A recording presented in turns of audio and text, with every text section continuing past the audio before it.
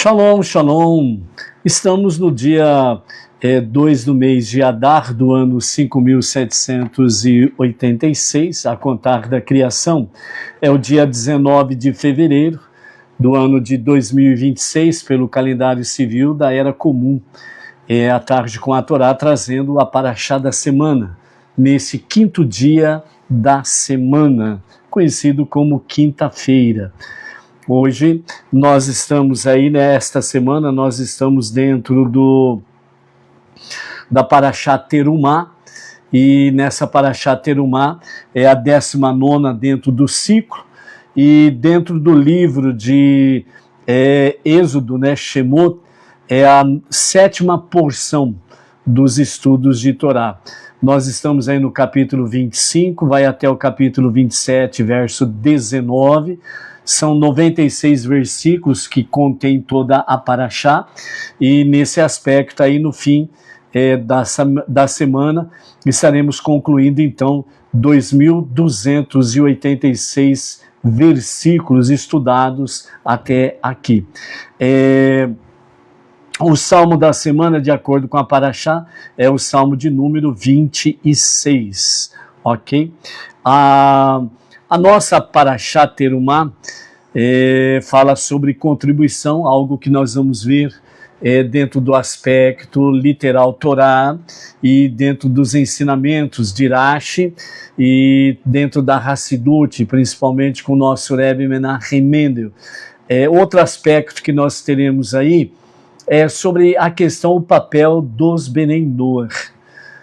O quanto é importante o papel Benei Noach entre as nações. Por isso, vamos cada vez mais focarmos na nossa missão, e ao focarmos na nossa missão, nós estaremos transformando este mundo para ser de fato a moradia de Hashem. Ok? Tivemos aí, no domingo, segunda e terça-feira, primeiro dia da semana, segundo e terceiro dia da semana, dias 15, 16 e 17, tivemos aí o 10º seminário Benei Noach, com a liderança do Rav Yaakov Gerenstad. Tivemos a presença ali de 8 rabinos, apoiando o trabalho do nosso Rav Yaakov Gerenstad, demonstrando realmente o quão precioso está sendo o trabalho, a dedicação, o compromisso, a responsabilidade do Rav Yaakov Gerenstad como líder, dos Benei Noach Brasil. Começou em 2012 e hoje conta aí com alguns milhares de Benei Noach em todo o Brasil e alguns grupos internacionais, na Europa, nos Estados Unidos, tem aí a presença de grupos Benei Noach com a liderança do nosso Rav Yaakov Gerenstad. Tivemos um seminário muito precioso, momento de dar uma renovada, restaurada na nossa emuná e no nosso bitachon, a nossa fé, a nossa confiança em Hashem, principalmente com a presença de vários rabinos, várias palestras, muitos ensinamentos, e principalmente as palavras do nosso Rav Yaakov Gerenstad, que é a nossa liderança. Nesse seminário aí pudemos encontrar pessoas de norte, sul, leste, oeste do Brasil, e nesse sentido aí tivemos aí, por exemplo, de Rondônia, tivemos ali o Tiago e a esposa, tivemos o Anderson, a esposa, o filhinho, e a irmã, que estiveram presentes ali no seminário. O extremo norte se fazendo presente, Rondônia, de Vilhena, o Anderson e família, da capital, Porto Velho, está o Tiago com a esposa, que estiveram aí representando, Rondônia. Tivemos aí o pessoal de Maranhão, Nordeste, Centro-Oeste, região Sul e Sudeste, representado por vários Benei Noach. Foi, sem sombra de dúvidas, momentos preciosos aí, que pudemos estar junto com os nossos amados, revendo muitos conhecendo novos nesse seminário aí. E nesse seminário aí, o nosso Rav Yaakov Gerenstad, ele lançou o livro chamado Por que Deixamos a Igreja e Nos Tornamos Benei Noach, né? Então o livro ele conta com esta capa e tem aí, né, Por que Deixamos a Igreja e Nos Tornamos Benei Noach. E nesse livro contém aí 10 testemunhos, né, de Benei Noach, que realmente prestam esse testemunho porque deixamos a igreja e nos tornamos um Benei Noach. Né? Entre eles temos aí o Ruberval Ribeiro, o Cláudio César dos Santos, o Geraldo Amanso, o Antônio Naldo Silva Barbosa, o Mário Leal, o professor Nilo Moraes, Maurício Coelho, José Marmol, Valmir Sarmento e Antônio Márcio Braga, né, que traz os seus testemunhos aqui. Esse livro, ele veio com um preço abaixo realmente do custo. Cada livro deste custa apenas R$10. Para não sair de graça, sai R$10, ok? Para que realmente as pessoas possam valorizar o que adquire. E dentro desse contexto aqui, né, obviamente, se você quiser, né, o livro Por que Deixamos a Igreja e Nos Tornamos Benei Noach, né, obviamente os custos da postagem, né, será também por conta daqueles que quiserem adquirir. É um livro que você pode ler os testemunhos aqui, você pode compartilhar com pessoas que você conhece, que estão aí, né, buscando a verdade, buscando se encontrar na sua jornada espiritual, da sua jornada de presencial, de existência, e você pode realmente adquirir o livro, e dessa forma você pode ler, ver os ensinamentos para a sua vida, e ao mesmo tempo você pode compartilhar, emprestando para algumas pessoas, né? Empresta, pega de volta, empresta para outra, pega de volta, e assim sucessivamente. E dessa forma você estará realmente compartilhando a verdade da Torá através dos testemunhos, né? Nessa primeira etapa aqui, ou primeiro fascículo, né, do Porque Deixamos a Igreja e Nos Tornamos Benei Noach, né? Quem sabe no próximo seminário teremos aí, sem sombra de dúvidas, né, o segundo livro, Porque Deixamos a Igreja e Nos Tornamos Benei Noach, ok? Então nós vamos ver ali com o emissário Emerson, a sua esposa Débora, ela trabalha na agência do Correio aqui em Bauru, e vamos ver com ela amanhã à noite, né, no nossa celebração ao Shabbat, né, mais ou menos quanto seria a postagem. E aí no sábado, na nossa tarde com a Torá, nós estaremos aqui falando para os amados. O livro sai R$10 e a postagem sai X. Se você quiser adquirir, né, nós temos apenas 11 livros para poder ceder, né, compartilhar com os amados. R$10 é o valor simbólico do livro, para não sair de graça, ok? Para valorizar a aquisição, e o valor da postagem também fica por conta daqueles que assim desejarem adquirir.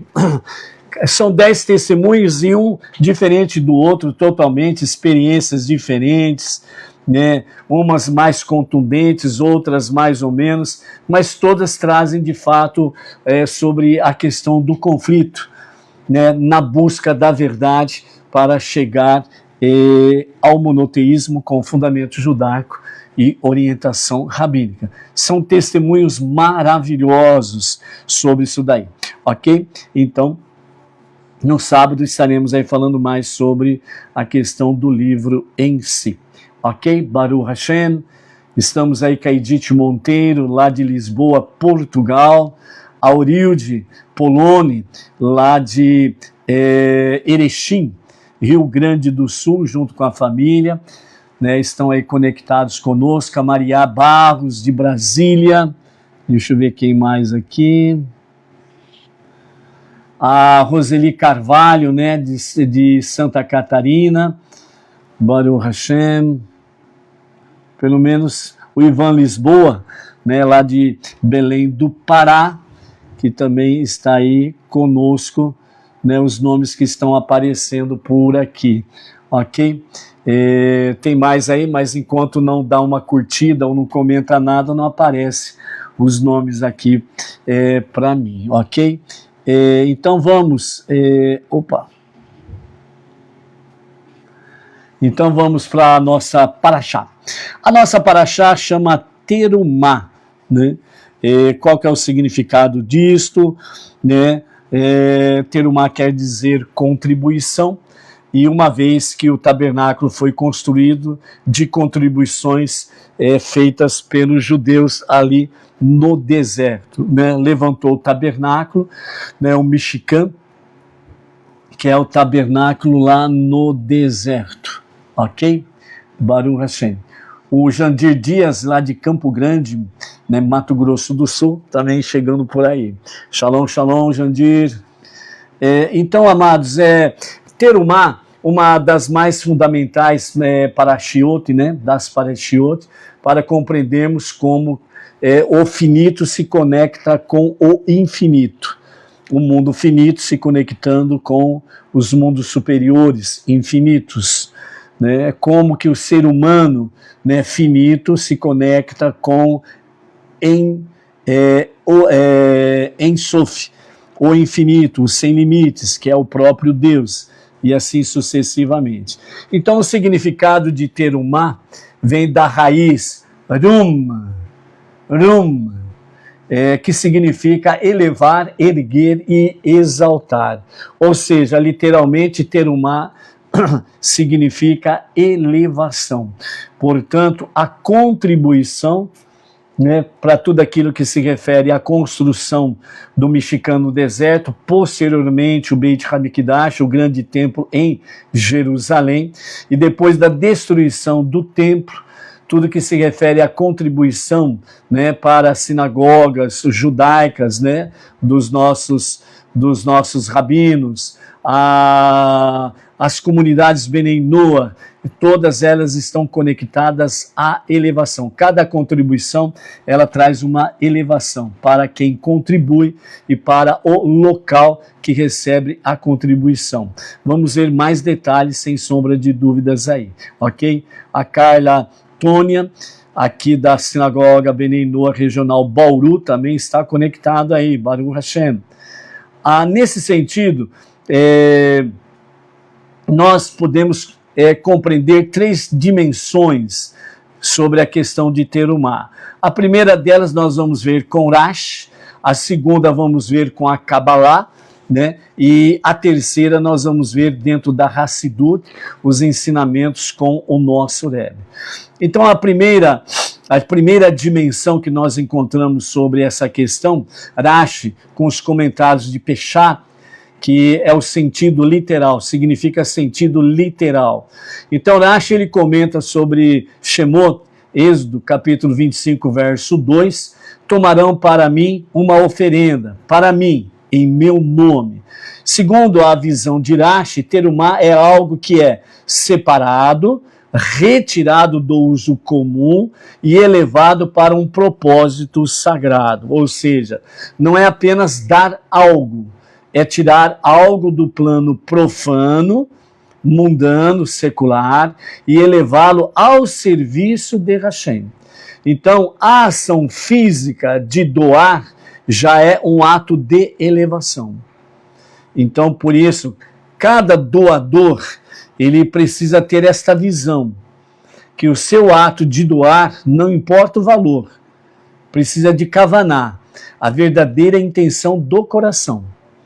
Então, quando se faz assim, então a sua contribuição, ela é separado, retirado do uso comum e elevado para um propósito sagrado. Não é simplesmente dar, mas é tirado do plano profano e elevá-lo ao serviço a Hashem. Então, por isso, a ação física de doar, ela é um ato de elevação. Você eleva a sua doação, quem recebe a doação é elevado e você é elevado, sem sombra de dúvidas, níveis espiritualmente falando. A segunda dimensão, que é da Kabbalah, nível Sod, que é a dimensão mística mais profunda da Torá, o Zohar diz, terumá é igual teru mais mar.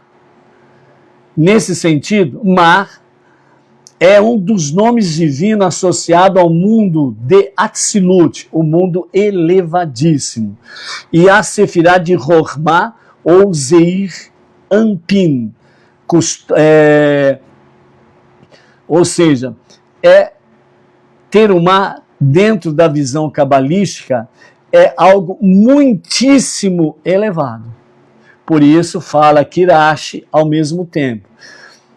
A ação de doar não é apenas algo físico, é muito mais do que isso. Então, a Kabbalah ela vem e dá essa compreensão também. Então, mar, dentro da visão terumá, ma significa também bitul, que é a autoanulação. Quando você faz um ato de doação, você está praticando também a sua autoanulação, ou seja, você está doando-se junto com a sua doação física. A pergunta de Moshe, no capítulo 16, verso 7 de Êxodo, e nós, o que somos? Então, terumá significa elevar o mar. Ou seja, elevar a consciência de humildade, elevar o mundo material através do bitul, da autoanulação ao divino. A doação não eleva apenas o objeto, eleva a alma de quem doa, conectando o ani, né? Ani, o eu, o ego, ao mar, que é exatamente o bitul, né? A autoanulação. Então, essa é a visão cabalística. A Hassidut, a terceira dimensão, segundo os ensinamentos do nosso Rebbe, diz, literalmente, tomarão para mim uma oferenda, diz o versículo 25:2. Mas deveria dizer, segundo a visão do Rebbe, darão para mim. Por que tomarão? Então o Rebbe explica, quando um judeu dá para Hashem, ele não está dando, ele está tomando, ou seja, tomando conexão com o infinito, tomando propósito e tomando elevação espiritual.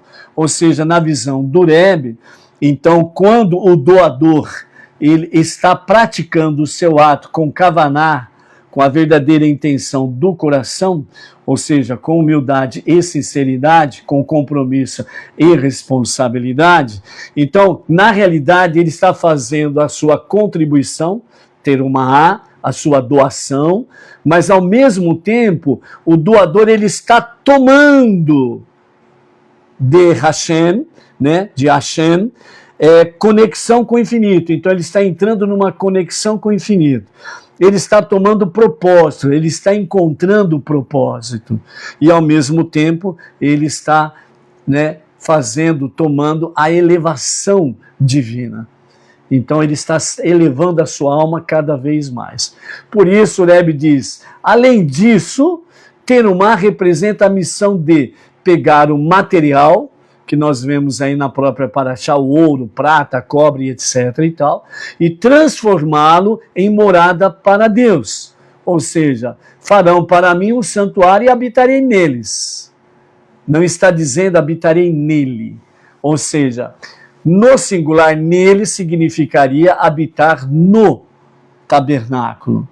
Mas aqui a Torá traz: farão para mim um santuário e habitarei neles. Ou seja, em cada vida humana, ele estará habitando nos seus corações, o templo perfeito de Deus. Ok? Então, por isso, o Rebbe enfatiza muito essa questão, dizendo: o verdadeiro mexicano é construído dentro de cada pessoa. É esse que é o detalhe. O verdadeiro mexicano, ele é construído dentro de cada pessoa. Por isso, terumá, em cada doação com kavaná, verdadeira intenção do coração, nós estamos construindo dentro de nós o mexicano, o tabernáculo de Hashem. E o Rebbe diz que isso é importantíssimo para cada um de nós.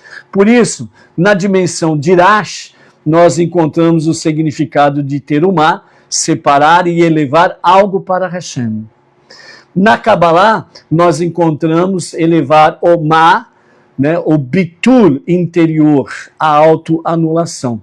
E com a Hassidut, com o nosso Rebbe, nós encontramos transformar o material em morada divina. Tendo estas explicações simples e básicas, nós então encontramos a seguinte pergunta: qual é a mensagem para os Benei Noach? E aqui nós entramos no nosso campo. Terumá hoje é separar do seu tempo, seus recursos e ações, elevá-los ao serviço do bem, da justiça e do reconhecimento do Criador, a base, as 7 leis de Noach, ou as 7 leis universais. Cada ato feito é Leshem Shamaim, ou seja, cada ato feito em nome do céu transforma o mundo em uma morada para a presença divina.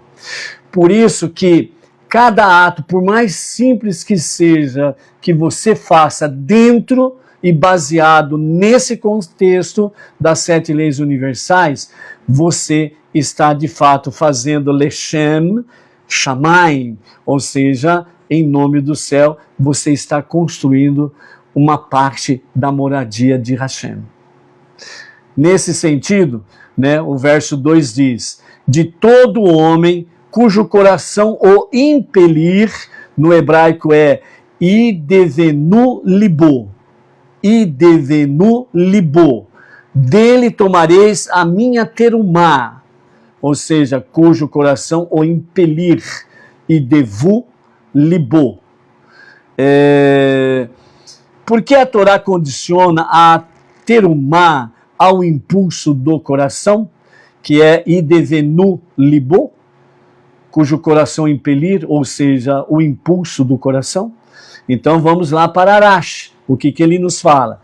Então Rashi diz: uma linguagem de doação voluntária, ou seja, na visão de Rashi, a terumá para o mexicano não podia ser por imposição, pressão social ou obrigação. Então vejam bem que a própria Torá, ela não traz uma imposição da contribuição. Tinha que vir de ratson, ratson, que significa vontade própria. Nedivut lev, nedivut lev, que significa generosidade do coração, ou seja, vontade da generosidade do nosso coração. Porque o mexicano é morada da Shekhinah, a presença divina. E a presença divina não repousa sobre coerção, mas sobre desejo interno, voluntário, com generosidade, com verdadeira intenção do coração. Então, esses que ficam em cima de púlpito cobrando os dízimos e ofertas dos seus fiéis, eles estão totalmente contrários à vontade divina. Não se cobra terumá. Porque a terumá, ela precisa realmente de ratzon, vontade, nedivut, leve, generosidade do coração. Não pode ser cobrado. Por isso, quando se usa os púlpitos para ficar jogando na cara dos seguidores, que se vocês não contribuírem, vocês vão para o esquinto dos infernos, é tudo mentira. É trapaça para forçar as pessoas a contribuir e muitas vezes com aquilo que nem pode, porque vai passar fome em casa depois. Isso é trapaça. Se o próprio Deus não cobra e orienta para não se cobrar, quem é o homem para o fazer? Então, cuidado com isso. Então, dessa forma, o Mishkan é morada da Shekhinah e a presença divina não repousa sobre coerção. Dentro desta realidade, Deus não está nesses lugares onde as suas lideranças usam a coerção, a imposição, a cobrança, as ameaças e por aí afora vai. Entendeu? É simples, é o homem que complica. Na visão da Kabbalah, né, a interpretação mais profunda da Torá, então diz Lev, que significa coração, né, tem um valor numérico 32. Então o coração, né, nós vimos ali Nedivut, leve, generosidade do coração. Então Lev, que traduzido é coração, ele tem um valor numérico 32. Isso corresponde aos 32 portões da sabedoria divina que nós precisamos trilhar no nosso dia a dia, no nosso passo a passo, no nosso compasso, sem se atropelar, ok? Então, quando o coração impulsiona, né, que é a generosidade do coração, Nedivut Lev, quando o coração impulsiona, significa que as emoções, midot, emoções é midot, estão sendo elevadas e alinhadas com a vontade divina. Ou seja, o ser humano se eleva, porque ele entra em conexão com Hashem, ele entra em conexão com Deus, e dessa forma ele realmente está se elevando, e o ato que ele está fazendo de terumá está elevando esse ato também. Dessa forma se alinha com a vontade divina. O Zohar, o livro do Esplendor, indica que a terumá verdadeira acontece quando o despertar vem de baixo, que é chamado que é chamado no hebraico de, deixa eu marcar aqui, Itarutá de letatá. Itarutá de letatá, que é despertar, vem de baixo, né? Ou seja, o movimento parte do humano em direção ao alto. Então, a resposta do alto, Itarutá de leelá, né? Enquanto o de baixo para cima, que é a ação humana, é Itarutá de letatá. E aí, então, ele desperta, por assim dizer, para entendermos numa linguagem humana, que quando nós agimos de baixo para cima, elevando as nossas ações a Hashem, a Deus, então, o despertar realmente, ou melhor, a resposta, o despertar é de baixo para cima, e a resposta de cima para baixo, ou seja, a resposta divina, é chamado de Itarutá, Itarutá de Leelá. Sem o Lev, sem o coração, o ouro continua sendo só ouro. Com o Lev, ou seja, com Nedivut Lev, a generosidade do coração, então o ouro ele se transforma ou se torna o Mishkan, ou seja, tudo aquilo que nós realizamos, né, com as contribuições dentro da obra monoteísta com fundamento judaico e orientação rabínica, então nós estamos tornando isso um Mishkan. Então o estudo da Torá que você está fazendo agora, você está realmente fazendo um Mishkan no seu coração, no seu interior. No terceiro aspecto, que é exatamente a Hassidut, que o nosso Rebbe Menachem Mendel traz para nós, ele destaca: existem dois tipos de serviço a Deus, a Hashem. Primeiro, Kabbalat Ol, que significa dever, aceitação. E isto tem limite. O segundo nível é Nedivut Lev, que é a generosidade do coração, que significa, de fato, o amor interno que nos eleva à presença divina.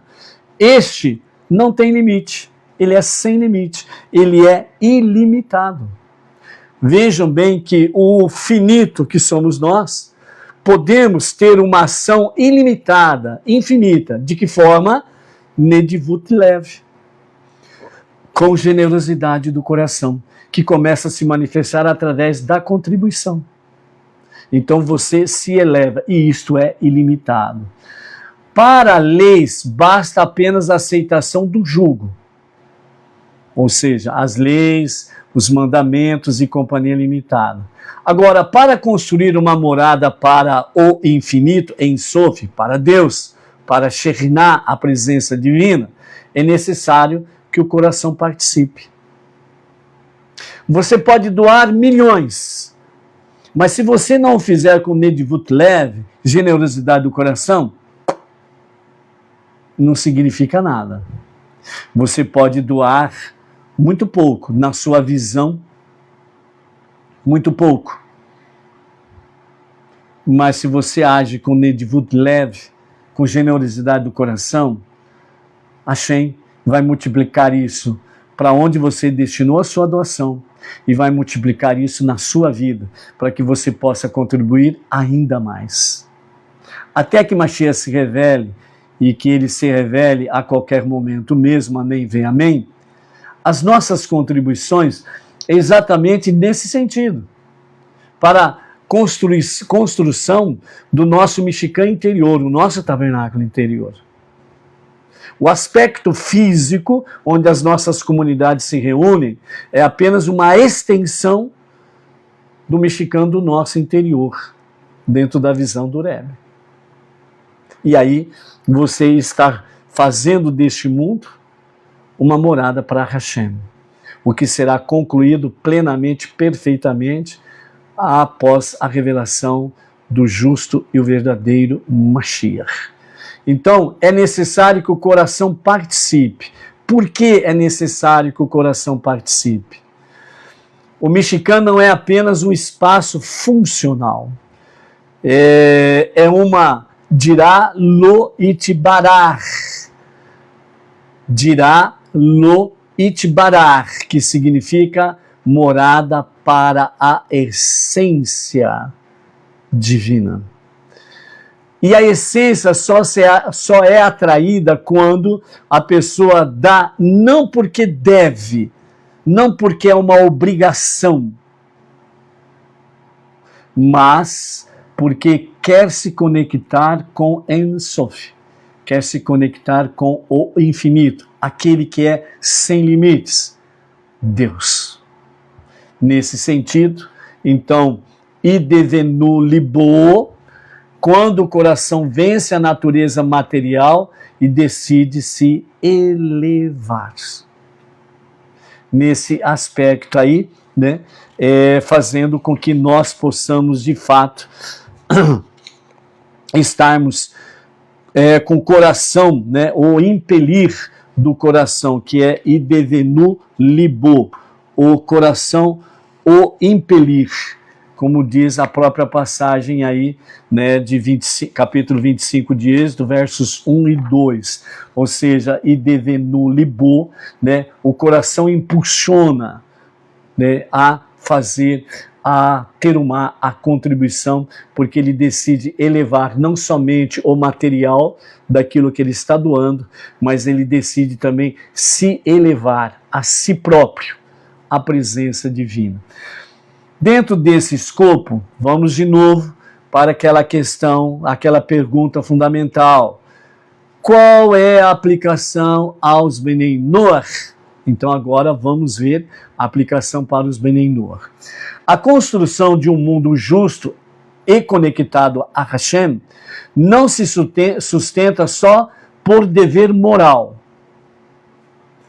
Mas quando o coração ama a justiça, deseja o bem, quer reconhecer o Criador, ou seja, quando nós vamos para a questão ética, moral, justiça e espiritualidade, que não pode faltar, se você vai por uma questão ética, moral e justiça, você está fazendo apenas aquilo que a razão mostra que é para fazer. Mas quando você coloca a espiritualidade, que significa Shekhinah, a presença divina, naquilo que você está fazendo, você eleva todas estas questões e você se eleva à presença divina. E é isso que realmente é necessário fazer, que se aplica dentro da Terumá. Por isso, a verdadeira Terumá começa quando o tenho que se transforma em eu quero. Ou seja, a verdadeira Terumá, ela começa quando o tenho que, obrigação, imposição, coerção, ameaças, é transformado em eu quero fazer, eu desejo fazer. Então eu faço a minha Terumá porque eu quero elevar este material.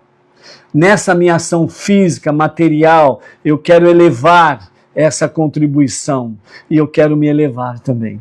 E aonde chegar essa contribuição, que ela também venha elevar a comunidade, a localidade, aquele que está na liderança sobre estudos de Torá e companhia limitada, aonde há estudo da Torá. Eu quero elevar tudo isso que está envolvido na jornada monoteísta com fundamento judaico e orientação rabínica. Então, quando nós aplicamos isso com leve, ou seja, nedivut leve, a generosidade do coração, então, de fato, nós não temos mais a questão da imposição. Nós temos a questão de eu quero, eu desejo.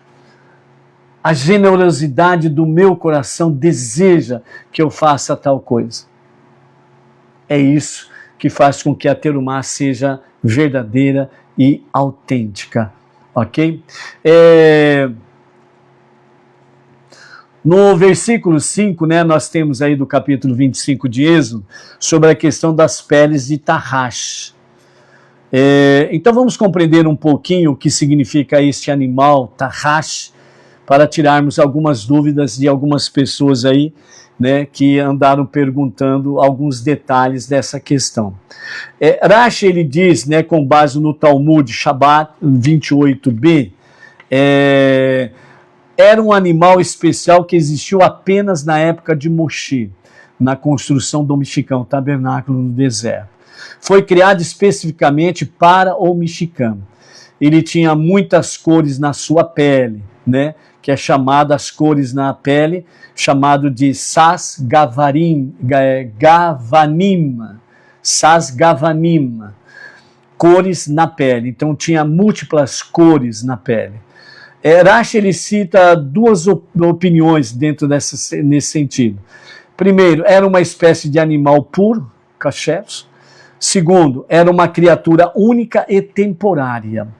Então conclui-se que não existe mais hoje esse animal chamado Tahash. Apareceu para aquela missão e depois desapareceu, né? Então se tornou extinto, por assim dizer. Não existe mais hoje esse animal chamado Tahash. Como era a sua aparência, que é uma das perguntas, né, que são feitas normalmente, né? Qual era a aparência deste animal? Segundo Midrash, a Guemará, o Talmud descreve. Tinha uma ou duas cornos, né? Chifres, 2 chifres, por assim dizer, 1 ou 2 chifres. E há discussão sobre isso. Sua pele era multicolorida, brilhante e muito bela. O nome Tahash pode estar ligado à ideia de Sas, que significa alegria. pois sua pele se alegrava, por assim dizer, com as cores que possuía. Era usado como a cobertura superior do mexicano, ou seja, a camada mais externa visível era feita de tarraxe, pele multicolorida. A camada mais externa visível era feita de tarraxe. Segundo a maioria dos comentaristas clássicos, né, este animal não existe nos dias atuais. Foi uma criação temporária com a finalidade exclusiva de servir ao mexicano. Alguns tentaram identificar como dugongo, né, uma vaca marinha, antílope ou texugo, mas a tradução de Irache e Rasal diz: não corresponde a nenhum animal conhecido atualmente. Então, tarraxe não corresponde a um animal conhecido. Todos os animais conhecidos até a atualidade não correspondem a nenhum deles. Aí, dentro desse aspecto, nós entramos sobre aquela questão da cor azul, né, que era feito o fio azul do tzitzit, né, que é exatamente o techelet. Né? O techelet vem de tarraxe? Não. Tarraxe é um animal e techelet é um peixe, né? Assim é defendido. Então a cor azul techelet vem de rilazon, que é uma criatura marinha descrita segundo Menachot 44a, da qual se extraía o corante azul para o tzitzit, para os tecidos do mexicano e para as vestes do Kohen Gadol. O couro do mexicano, a camada externa, ela era de tarraxe. O animal ainda existe? Não. Pele colorida? Sim. Fonte do azul techelet é do peixe chamado ou conhecido como rilazon. Né? Tarraxe fornecia techelet? Não. Tarraxe era um animal e terreno, e techelet vem do peixe, portanto, um animal da água, né? Então, na Hassidut, o tarraxe simboliza a capacidade de transformar até o exterior do mundo, ou seja, a cobertura, em algo belo para a morada divina. Mas isso, né, depende das nossas ações no nosso dia a dia. Ou seja, assim como era uma pele colorida, quando se olhava para ela, devido à sua multicor, isso trazia alegria aos olhos e trazia uma sensibilidade de alegria. Por isso, os nossos atos, como Benei Noach, baseado exatamente na questão das 7 leis universais, é para que nós o façamos com amor e com alegria, para que as pessoas possam ver o quanto nós amamos e quanto somos alegres em vivermos o monoteísmo com fundamento judaico e orientação rabínica, ok? Outra pergunta que falaram também, né, fizeram, sobre a questão se o tal de tarraxe seria um unicórnio, né? Alguns dizem que seria um unicórnio, porém, né, temos aqui uma das opiniões que diz que ele tinha um único chifre, em termos latino medieval, unicornis, que significa um chifre. Então, unicórnio significa um chifre. Ao longo da história, especialmente dentro das traduções judaicas, animais bíblicos com um chifre, né? Dentro das traduções não judaicas, melhor dizendo. Então, ao longo da história, especialmente em traduções não judaicas, animais bíblicos com um chifre, ou descrições raras, são traduções não judaicas, e muitas vezes chamados de unicórnio. O unicórnio é da mitologia europeia, é um ser lendário, tipo cavalo branco mágico com um chifre. Enquanto o tarraxe é tratado pelos sábios como uma criatura real, criada temporariamente, com função específica no mexicano, a sua pele servir para a cobertura do Mishkan. Então, na conclusão disso, nós temos Tahash não é o unicórnio, no sentido mitológico. Única semelhança possível é a opinião de que possui um único chifre. Essa é uma opinião semelhante. Mas a tradição de Rashi e Hazal, ele foi uma criatura especial criada por Hashem para o Mishkan, não um ser lendário dentro da mitologia europeia, que a mitologia europeia que traz a questão de unicórnio, ok? No capítulo 25, né, de Êxodo, no qual nós estamos, o verso 7, diz assim: pedras de Shoshan e pedras de engaste para o efod e para o peitoral, né, do Kohen Gadol, o peitoral chamado de Roshen. Quais eram essas pedras? Então a Torá fala de dois conjuntos diferentes. Primeiro, Avnei Shorham, pedras de ônix, duas pedras colocadas sobre os ombros do efod, avental do Kohen Gadol. Sobre elas eram gravados o nome das 12 tribos de Israel. 6 nomes em uma pedra e outros 6 em outra pedra. A função era, segundo o capítulo 28, verso 12 de Êxodo, e Arão levará seus nomes diante de Hashem, sobre seus 2 ombros, como lembrança. Ou seja, o Kohen Gadol carregava o povo diante de Hashem. Então, quando ele tinha o seu efod, ele estava ali com as 2 pedras, e ali tinha o nome das 12 tribos de Israel. Então, ele sempre levava à presença divina o povo de Israel. Avnei Miluim, pedras de engaste, eram 12 pedras preciosas, colocado no Roshen Mishpat, o peitoral do julgamento. Eles eram organizados em 4 fileiras, com 3 pedras em cada fileira. Cada pedra representava uma tribo e tinha o nome da tribo ali gravado. A função era, segundo o capítulo 28, verso 29 de Shemot, e Arão levará os nomes dos filhos de Israel no peitoral do julgamento sobre o seu coração, né? Então, agora, nós vemos ali atrás, no versículo 12 do capítulo 28, nós temos sobre seus 2 ombros. Agora, aqui no versículo 29 do mesmo capítulo 28, nós encontramos sobre o seu coração. Ou seja, agora não é mais nos ombros, mas agora é no coração. Por isso a placa ficava junto do coração do Kohen Gadol.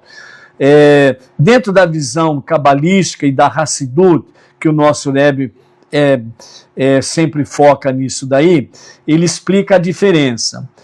A vestimenta efod e o Roshen, então, são efod nos ombros, significando a aceitação do jugo, né? Kabbalat Ol, que é a aceitação do jugo, a aceitação da Torá. Roshen, né, está agora no coração, junto do coração, que significa emoção, amor e conexão. Então, primeiro, o povo é levado sobre o ombro, os ombros do Kohen Gadol, que significa dever e responsabilidade. Depois é levado sobre o coração, que corresponde o amor, a empatia e a vida interior.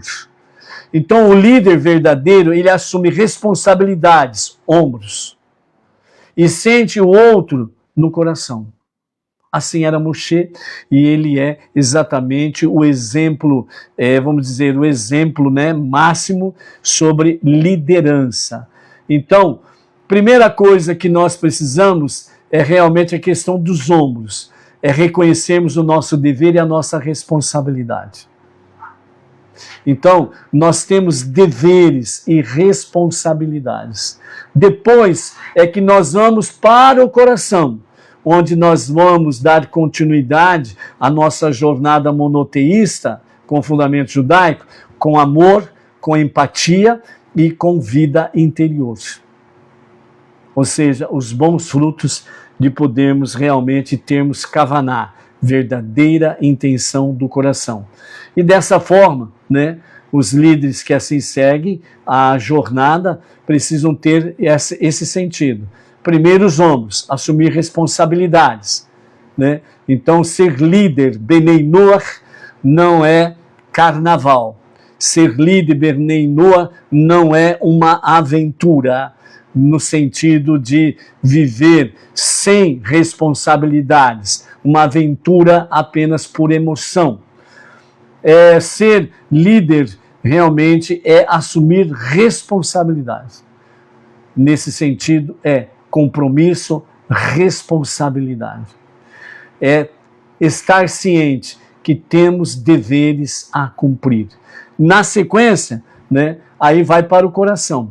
O amor, a empatia pelos outros, né, uma vida interior realmente com verdadeira intenção do coração. Ou seja, é cada vez mais estarmos conectados com Hashem e estarmos conectados com o nosso próximo. Então a mensagem que fica aqui é que Hashem quer que o povo esteja sustentado pela responsabilidade e guardado no coração.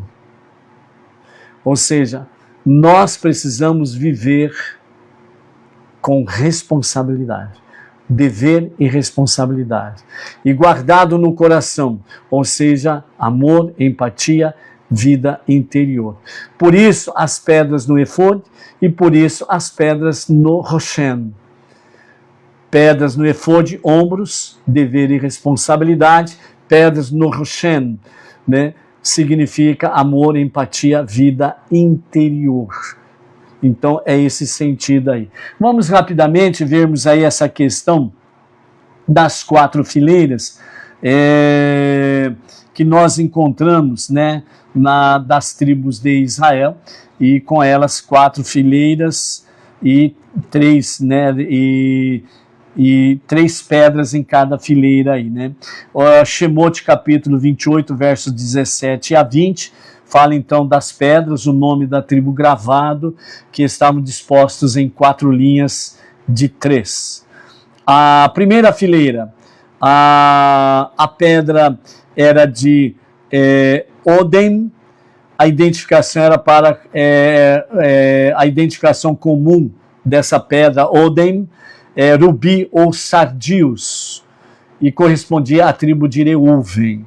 A segunda linha, Pitidá, que é conhecido como topázio, e a tribo corresponde Shimon. A terceira linha estava Bareket, que é conhecido como esmeralda, está conectado com a tribo de Levi. A segunda fileira, nós temos outras 3 tribos. A primeira linha, a pedra Nofer, que é conhecido como carbúnculo, e a tribo é Yehudá. A segunda linha, a pedra de Sapir, que é mais conhecida como Safira, e a tribo correspondente Zahar. A terceira linha é Yahalom, conhecido como Diamante, e a tribo correspondente Zevulun. A terceira fileira, com mais 3 tribos. Na primeira linha nós temos Lechem, a pedra é conhecida como jacinto ou opala, e a tribo correspondente é Dan. A segunda linha, Shevô, que é conhecido como Ágata, e a tribo correspondente Naftali. A terceira linha é Arlamá, conhecido como Ametista, e a tribo Gad. A quarta e última fileira, nós temos na primeira linha Tarshish, que é conhecido como Berilo, e a tribo Asher. Segunda linha, Shoham, que é conhecido como Ônix, e a tribo de Yosef. E a última linha, Yashefe, que é conhecido como Jaspe, e a tribo é Binyamin. Então a ordem, ela seguia de fato a ordem de nascimentos das tribos, e os nomes estavam gravados como um selo, né? Além dos nomes, segundo Hazal, também estavam gravados nessa placa as seguintes palavras: Abraham, Itsarak, Yaakov e Shivitei e Yeshurum. Ou seja, Abraão, Isaac, Jacó e Shivitei e Yeshurum, as tribos de Yeshurum. Yeshurum é um nome poético dado às tribos de Israel. Dessa forma, né, além dos nomes das tribos, mais esta parte que estava escrito também, né, a Abraão, Isaac, Jacó e as tribos de Yeshurum, na parte superior da placa, e na parte, né, inferior da placa, aliás, na parte superior da placa estavam Abraham, Itsarak e Yaakov, e na parte inferior estavam, né, Shivitei e Shurum. Por que isso? Porque, segundo Hazal, com estes nomes, completa-se as 22 letras do alfabeto hebraico. E ao completar as 22 letras do alfabeto hebraico, o que nós temos aí? Quando o Kohen Gadol ia à presença de Hashem para consultar a Hashem, a resposta de Hashem era exatamente pelas placas. Onde ali a resposta de Hashem fazia brilhar as letras. E então o Kohen Gadol, ele somava as letras que davam as palavras que eram as respostas de Hashem. E nesse sentido, ele dava o recado para as tribos de Hashem. Ok? Então era a mensagem que era dado ali. Uma outra aplicação que nós temos aí dentro dessa questão aí, o nosso Rebbe, ele diz assim, no Efod, Israel está sobre os ombros, que significa responsabilidade. No Roshem, Israel está sobre o coração, o amor. Então, né, o Rebbe, ele enfatiza mais uma vez a questão de responsabilidade e amor, ok? Estamos aí com o nosso querido, o emissário Antônio Márcio Braga Silva, né, lá de Sergipe, né, com o emissário, e também o fundador e o professor da Academia de Noé, né, que está sendo de muitíssima utilidade, de ajuda aos Benei Noah na responsabilidade e no amor, né? Então, a Academia de Noé, com o nosso emissário Antônio Márcio Braga Silva, que tivemos aí a gratidão de revê-lo no seminário. Então, um abraço aí, Antônio Márcio, a Fabiane, todo o povo aí de Sergipe. E não esquece o chazinho, hein? Não esquece de tomar o chazinho aí, tá bom? Temos aí o Pedro Zucchieri Neto, né, aqui de Pirajuí, a Luciana Rodrigues, o Frederico Rodrigues, Durando Rodrigues, né, de Petrolina, Pernambuco, a Luciana Rodrigues de Marília, né, Baruch Hashem. O Arlan Tavares, né, com a esposa Ângela Rodrigues, de Pacatuba, Ceará, também por aí. A Maria Soares, né, que também está por aí. Baruch Hashem. Maria Soares, se não me engano, é de Campinas, né? Então, amados, para finalizarmos aqui, né, é importante nós deixarmos com os amados aqui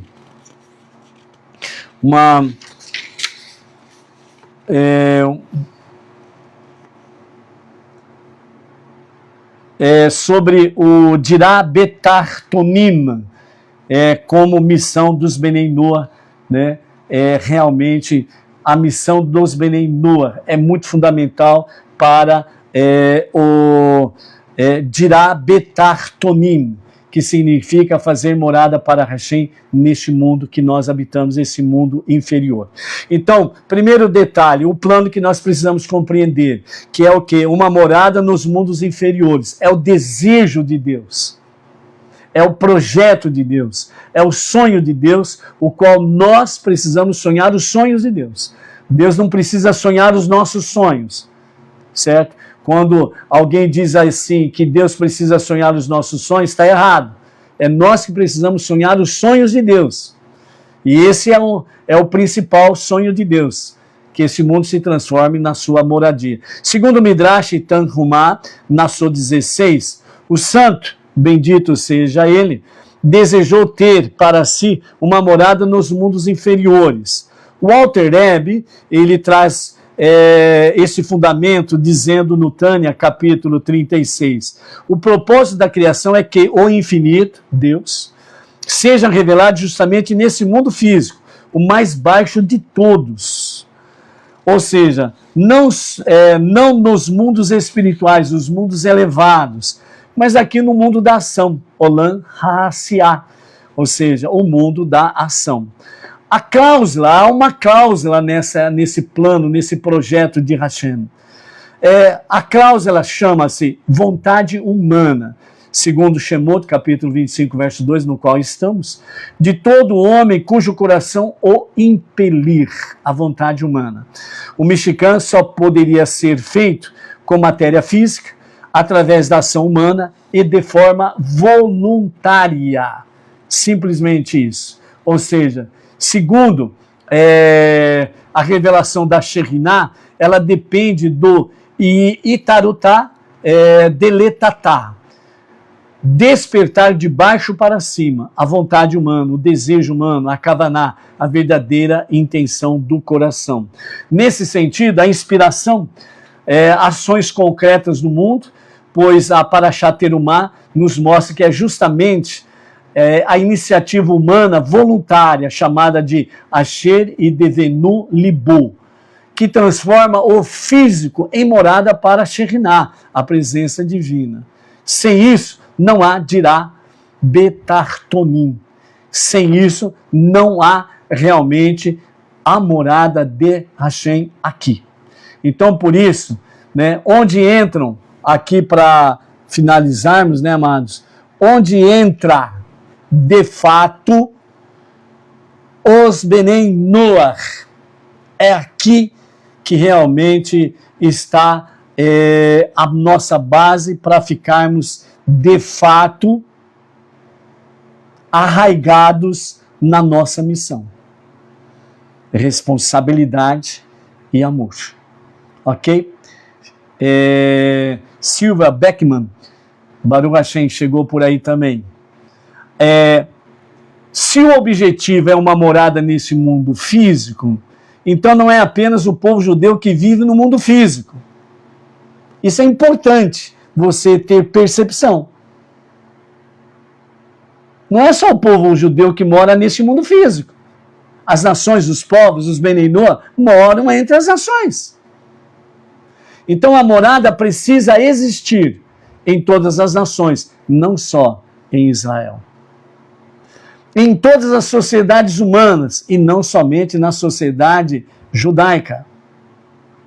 Na civilização material, não apenas na questão material, onde tem um judeu, a sua comunidade, Israel, etc. e tal, mas entre as nações, entre os povos. Por isso, Yeshayahu, Isaías capítulo 42, 6 diz: eu te fiz uma luz para as nações, se referindo explicitamente ao povo judeu. Ou seja, a luz de Israel deve iluminar o mundo e não substituí-lo. Vamos repetir para ficar gravado? A luz de Israel, primeiro, Isaías 42, 6. Eu te fiz, Israel, povo judeu, uma luz para as nações. Então, o povo judeu é luz para as nações. Não é, em hipótese nenhuma, outra pessoa que intitularam ali como luz para as nações. Uma pessoa específica, criada pelo ser humano, criado por religiosidade de seres humanos. Não, aqui está dizendo claro, Isaías 42, 6. Eu te fiz, povo judeu, Israel, uma luz para as nações. Então a luz para as nações é o povo judeu. São os rabinos, aqueles religiosos, sábios, estudantes da Torá, dos 5 primeiros livros da Bíblia, para ensinar as nações, para ser luz para as nações. Por isso o Rebbe disse aos seus rabinos: vão entre as nações e leve a eles o monoteísmo com fundamento judaico e as 7 leis, que é dever das nações cumprir as 7 leis universais. Então, Israel é luz para as nações, para iluminar o mundo, não para substituir o mundo. Por isso, no judaísmo, não há incentivação à conversão. O judaísmo não incentiva ninguém a se converter ao judaísmo, mas ilumina o conhecimento, o entendimento para servir ombro a ombro com o povo judeu, a adorar e servir um único Deus. Esta é a função. Então, a ação das nações na construção da morada de Hashem, segundo Rambam, Maimônides, em Hilchot Melachim 8, 10 e 11, Moshe foi ordenado pelo Todo-Poderoso a compilir todos os habitantes do mundo e aceitar os mandamentos dados aos filhos de Noar. E todo aquele que aceita e cumpre as 7 leis é dos justos das nações do mundo, chamado Hassidei o Monte Haolam, justos das nações do mundo, e tem parte no mundo vindouro. Ou seja, quando um Ben-Noar, quando um não-judeu, estabelece justiça, santifica a vida, respeita a propriedade, evita idolatria, constrói tribunais, né, honra a família, não tem a infidelidade familiar, conjugal e companhia limitada, respeita realmente os animais, não maltrata os animais, etc. e tal. Então, este não-judeu, Benei Noa, ele está organizando o mundo físico segundo a vontade divina. Ele está no centro da vontade de Deus. Por isso, construir a Dirá Betartonim, ou seja, a morada de Hashem, está no nível das nações também. Então as nações, os povos, os não-judeus têm essa tarefa preciosa de construir aqui uma morada para Hashem. Segundo o ensinamento do nosso Rebbe, segundo Likutei Sichot, volume 26, páginas 160 e 161, o Rebbe explica que a difusão das 7 leis de Noar é preparação do mundo para o cumprimento do propósito da criação, que Deus tenha uma morada nos mundos inferiores. E mais, segundo Sefer HaSichot 5.751, que corresponde ao ano de 1991, na página 97, diz: o envolvimento das nações nas 7 leis transforma o próprio mundo em um recipiente para a divindade, para a presença de Deus.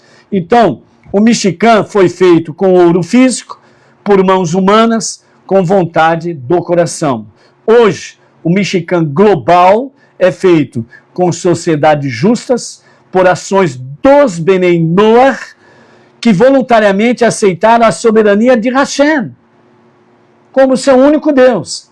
Assim, cada sociedade que vive segundo as Sheva Mitzvot, as 7 leis, é uma parte da morada de Deus no mundo. Eles respondem ao mesmo chamado de Terumá, Asher e Devenu Libo, ou seja, cujo coração o impelir a servir a Deus, a servir a Hashem. Dessa forma, você está, de fato, no centro da vontade divina. Com a graça de Hashem, no próximo Shabbat, ou Shabbat, né, o próximo sábado, nós estaremos concluindo estas questões aqui, ok? Baruch Hashem. Chegou aí a Meribel Pereira de Acosta, né? É a primeira vez que te vejo por aqui. Você, a Silva Beckman, se não me engano, acho que é de São Paulo, mas a Maribel, não sei qual é a sua localidade, Maribel. Se der tempo, coloque aí a sua cidade, né?